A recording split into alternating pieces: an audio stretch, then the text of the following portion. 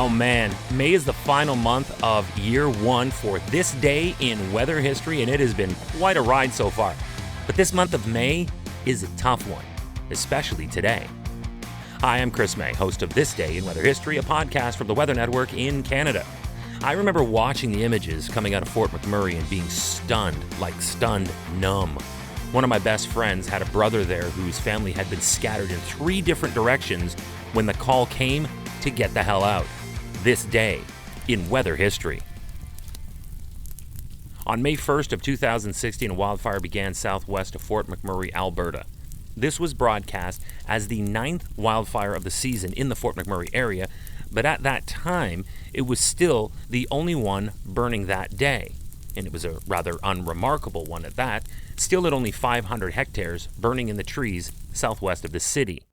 Now here in Alberta, a fire near Fort McMurray continues to burn out of control. About 500 hectares consumed by fire thus far. Additional resources have been brought in to battle that blaze, but certainly the weather is not cooperating and not helping out.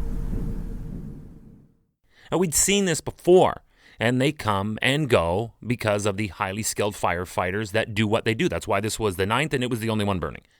But something was off on this day.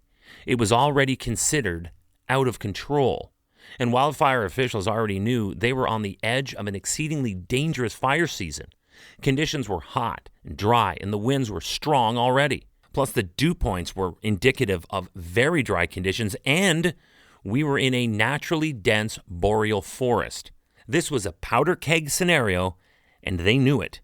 And to make matters much, much worse, it was very close to the city of Fort McMurray, and that in itself makes it so much more difficult to fight. So on May 3rd, this day in weather history, when it swiftly blew through the community, it immediately forced the largest wildfire evacuation in Alberta's history, with upwards of 88,000 people forced from their homes all of a sudden.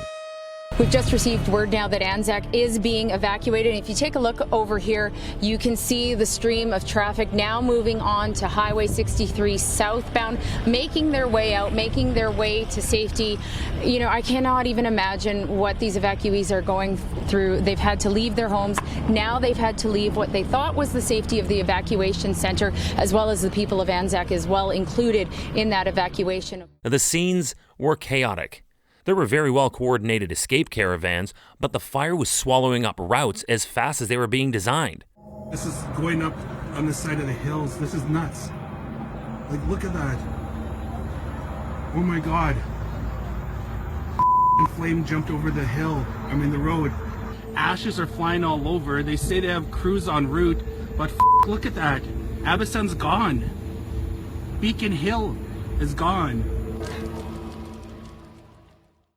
That's when it got real bad, real fast, and the images started pouring out that, to me anyway, were the most terrifying scenes I had ever seen in all my years to that point at the Weather Network.